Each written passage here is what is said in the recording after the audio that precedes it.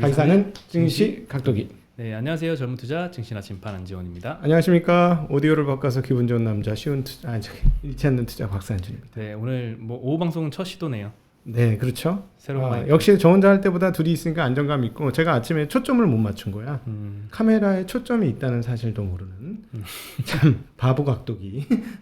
한심스럽습니다. 네, 이거는 좀 음질이 깔끔하게 나와야 될 텐데요. 그러네요. 오늘 아침에 노이즈가 있어서 정말 죄송하고요. 네, 이거 어떻게든지 한번 해보겠습니다. 계속 일신 있잖아. 네, 조금씩 나아지는. 여러분의 투자 실력과 우리의 오디오 실력이 같이 잘한다는 거, 그렇게 보시면 될 것 같아요. 여러분은 저희 오디오가 나아지는 만큼 여러분의 실력도 좋아지면 좋겠습니다. 네, 일단 오늘 코스피와 코스닥 정반대의 모습 보였고요.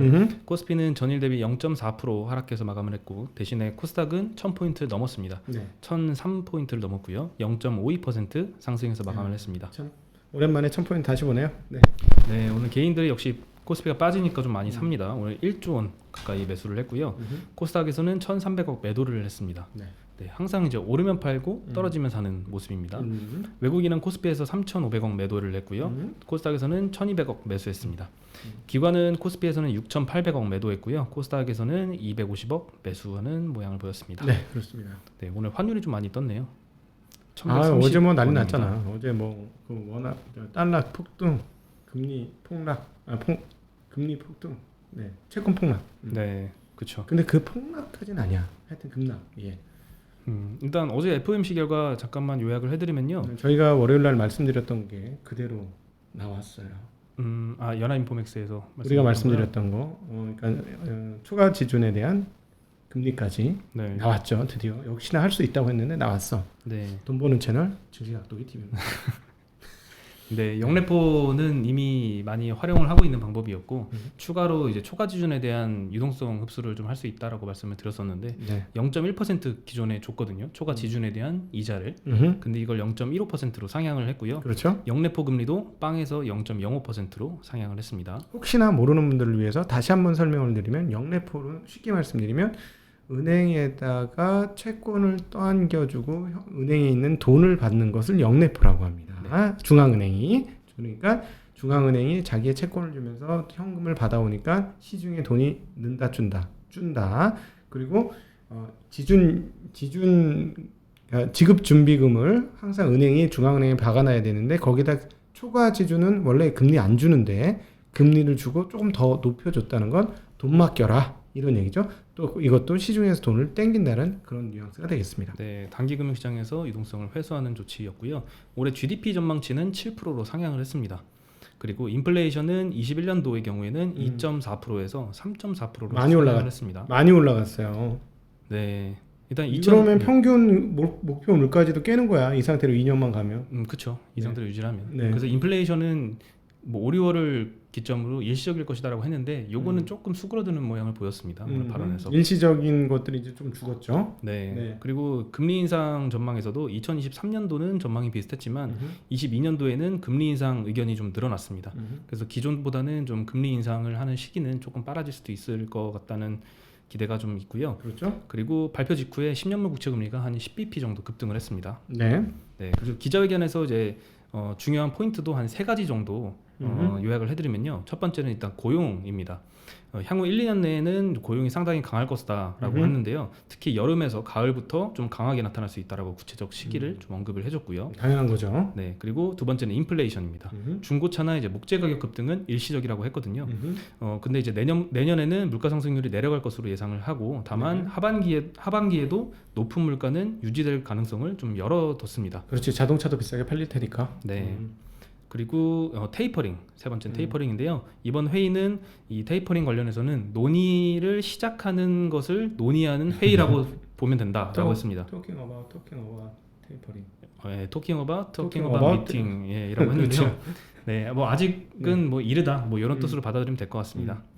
그리고 이제 점도표 추가로 말씀드리면, 이전 의견과 마찬가지로 금리 전망에는 뭐 좋은 지표가 아니라고 하고요. 네. 위원회 전체 예상과는 다르다고 표현을 했습니다. 네. 기존에는 이제 기존 점도표는 이제 개인의 의견을 단순 합산한 것이다라고 얘기를 했잖아요. 네. 연준이 전망을 꼭 점도표로 예측하려고 하지 마라라고 언급을 했는데요. 그리고 네, 추가로 금리 인상은 매우 시기상조다라는 답변도 추가적으로 있었습니다. 오늘 이것을 발표한 다음에 증시에 대해서 어떻게 평가하십니까? 증시에 대해서요? 미국 증시. 크게 반응은 안 한 것 같습니다. 그러니까 반응을 안 했다는 건 기존 생각 대비 반응을 안 했다는데 기존 생각은 뭐였을까요?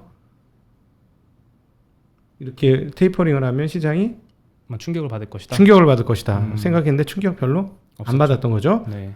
요게 포인트입니다. 지금 시장에서 요게 굉장히 중요한 포인트고, 자, 증시각도의 TV에서만 말씀드리는 포인트. 오늘 이거를 위해서 또 제가 멀리 점심을 먹으러 갔다 왔지 않습니까? 네. 그리고 또 오늘 저희가 이거 끝나면 한국 최고의 금리 전문가 박종현 본부장을 모시고 대담을 할 거예요. 그럼 빠르면 주말에 올릴 수 있도록 하겠습니다. 이분은 실전 투자도 하기 때문에 진짜 전문가예요. 그래서 할 건데요. 시장이 충격을 안 받은 게 아니고 시장보다 연준이 느리다는 생각 한번 안 해보십니까? 시장보다 느려. 연준의 테이퍼링과 금리 올리는 과정들이. 그러니까 오히려 분위기가 뭐냐면 주식시장 거의 안 떨어졌지 않습니까? 애플 같은 거 몰랐어요.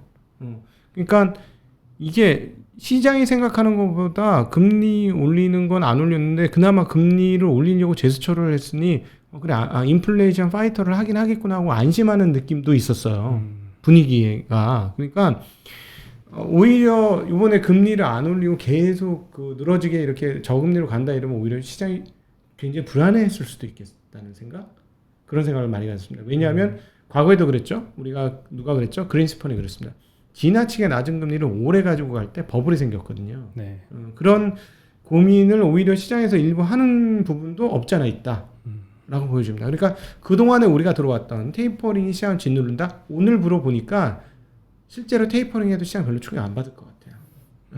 그러니까 그 테이퍼링 관련해서는 너무 걱정하지 않으셔도 되지 않을까 하는 생각도 드는데 오히려 시장이 너무 올라가면 그게 걱정이야. 여기서. 그렇죠. 네, 그럼 얻어맞아 오히려. 네. 그리고 이때까지 말씀드렸잖아요. 테이퍼링은 별로 우려를 안 하셔도 될 것 같다. 그리고 모두가 우려하는 그 우려가 실제로 나왔을 때는 실제로 뭐 폭락으로 작용할 가능성은 좀 낮잖아요. 그렇죠. 모두가 걱정해갖고 걱정으로 이루어진 적이 거의 없어. 네, 그렇죠. 증시의 폭락은 항상 전혀 예상하지 못했던 이슈가 네. 촉발될 가능성이 좀 많아 보입니다. 예. 네, 그리고 이제 중간 상반기가 끝났잖아요. 그렇죠. 네, 중간 배당을 할 시점인데요. 이전에 안 했던 기업들이 좀 하기 시작하는 모습을 보이고 있습니다. 네. 금감원이 이제 공시를 했는데요. 중간 배당을 하려면 중간 배당 예정 공시를 해야 되거든요. 네. 작년에는 한 52곳 정도가 이 공시를 했거든요. 근데 올해는 30% 정도가 늘어난 70개 정도 기업이 중간 배당 예고 공시를 했습니다. 네. 현대차 같은 경우에는 작년 코로나 때 중단을 했거든요. 네. 이걸 다시 시작을 한다고 하고요.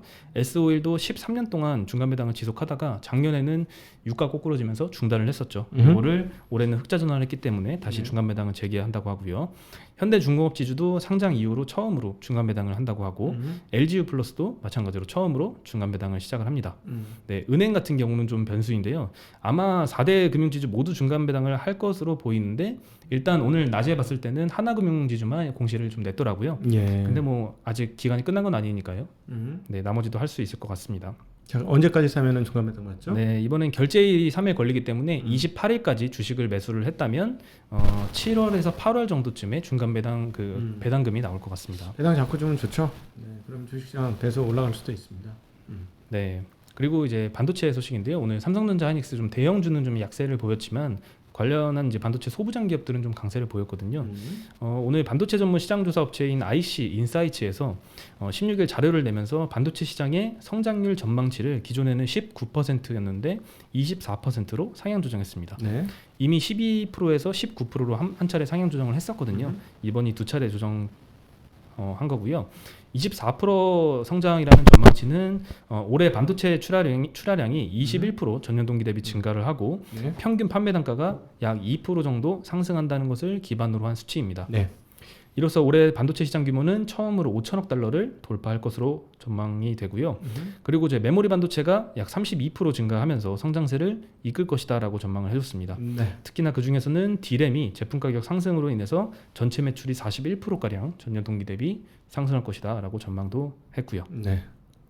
그리고 이제 HMM 여러 번 말씀드렸는데요. 산업은행이 이 시비를 갖고 있잖아요. 3,000원어치. 요거 이제 전환을 이번 달 말 만기이기 때문에 전환을 할 것으로 보이는데요. 이 주식으로 전환을 하면 약 2조 4천억 원 정도의 차익이 생긴다고 합니다. 네, 그리고 차익이 생긴 것뿐만 아니라 전환 이후에 지분율이 현재 12%인데 25%까지 늘어나게 됩니다. 워낙 싸게 받은 거니까. 네, 근데 이제 문제는 은행법상 보유 지분이 15%를 넘으면 자회사로 편입을 해야 됩니다. 네. 그래서 아마 매각을 할 것이다, 이 지분을. 이런 의견이 좀 많은데요. 다만 구조조정 대상 기업의 경우에는 금융위의 승인을 받으면 예외가 인정되긴 합니다.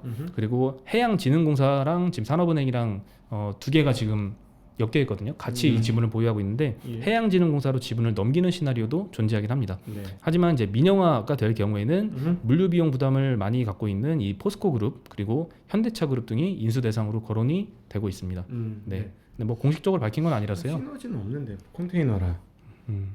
사실 뭐 그냥 벌크면은 뭐 포스콘 좋죠. 써먹을 수 있으니까. 네. 그렇죠.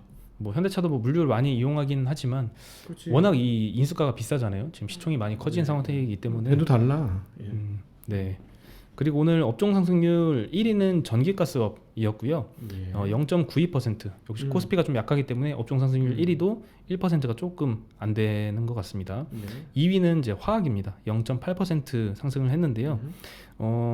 일단 내일이 6월 18일이잖아요. 중국의 쇼핑 페스티벌. 징둥데이. 네, 아, 징둥데이. 이름도 잘 돼요. 네. 얘네들은 그러니까 되게 웃기는 게 기업이 나라보다 더 커. 알리바바 그 11월 11일도 알리바바 데이잖아요. 그렇죠. 네, 그러니까. 근데 요즘에는 이제 11월 11일이라고 해서 딱 하루만 쇼핑 데이를 하지 않고 한 작년부터인가? 아, 네, 올해 해요. 바뀌었어요. 네, 한 10일 정도 하는 것 같은데. 기간을 좀 넓게 잡아서 하더라고요. 6월 6.18 요 쇼핑 데이도 1일부터 이미 시작을 해가지고 아마 20일까지 진행이 될 것 같은데요. 네. 이 화장품 관련주들이 오늘 좀 상승을 보였습니다. AVCNC가 오늘 이 업종 내에서 좀 많이 상승을 해서 오늘 한 8% 가까이 올랐네요. 네, 그리고 이제 두 번째로 상승했던 건 SKC인데요. 중국 소비회복으로 이제 화장품 보습제 원료인 PG, 이 프로필렌 글리콜이라는 걸 생산을 하는데요. 네. 이 매출 확대 기대감이 있는 것 같습니다. 현재 PG의 시장 점유율 7%로 세계 3위라고 하고요. 네. 유안타 증권의 이제 황기원 연구원 리포트에 따르면 글로벌 화장품 수요 회복으로 3, 4월에 이제 PG 실적 상승세가 뚜렷하게 나타났다.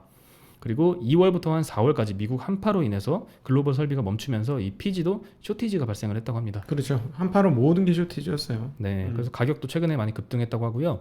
대표 제품은 이제 DPG, 디프로필렌 글리콜이라는 제품인데요. 수출 가격이 1분기에는 톤당 한 2,066불에서 2분기에는 2,700불로 한 30% 가까이 급등을 했다고 합니다. 네. 그리고 2차 전지 소재인 동박 제조업체 갖고 있죠. SK 네. 넥실리스. 네. 여기에 대한 실적 기대감도 존재하고요. 뭐 화장품으로 보나 2차 전지 뭐 동박으로 보나 일로 보나 절로 보나 좋아 보입니다. 좋은 사업들 많이 갖고 있는 것 같고요. 네. 그리고 오늘 LG화학 주가가 좀 많이 올랐습니다. 3.3% 가까이 올랐고요. 뭐 신성, 델타테크, 나라 M&D 등 LG화학 밴더들도 같이 많이 올랐는데요. LG에너지 솔루션이 미국 최대 ESS 프로젝트에 배터리를 공급한다라는 소식입니다. 예. 네, 미국 발전사 비스트라라는 업체가 있는데요. 여기서 이제 캘리포니아에 1.2기가와트 규모로 가동 중인 ESS의 배터리를 LG에너지 솔루션이 공급한다고 합니다. 예. 단일 ESS 사이트 기준 최대 규모라고 합니다. 그리고 캘리포니아주에 있는 22만 5천 가구에 이 전력을 공급할 수 있는 양이라고 하고요. 굉장히 큰 규모인데요. 특히 작년부터는 이제 노후 화력 발전 설비를 ESS 등의 재생에너지로 대체하는 프로젝트를 지금 이 기업에서 진행하고 있다고 하고요. 이 프로젝트의 일환으로 이 LG에너지 솔루션이 배터리를 공급한다고 합니다. 네. 네. 근데 이제 반면에 이제 LG화학은 많이 올랐는데 삼성 SDI나 SK 이노베이션은 한 1%대 하락세를 좀 보였습니다. 네. 그리고 이거 사실 어제 나온 소식인데요. 우체국 택배에서 택배 사업을 이제 그만한다라는 뉴스 보셨나요? 네, 이런 뉴스가 택배가 나왔는데요. 모자라서 난리인데. 예, 택배 사업을 이제 소포 사업으로 전환하기로 결정을 했는데요. 양지환 연구원님 리포트에 따르면 4월 1일 택배 단가를 인상을 했거든요. 그래도 이제 부진한 주가 흐름을 보였거든요. CJ 대한통운이. 근데 이제 우체국 택배 사업을 중단을 하면은 아마 대한통운이 가장 큰 판사수혜를 받을 것이다라고 했습니다. 네, 약 1억 5천만 박스 정도가 이제 우체국 총 물량이 한 60% 정도거든요. 이 물량이 이제 다른 택배 회사 물량으로 이전될 가능성이 높다고 했는데요.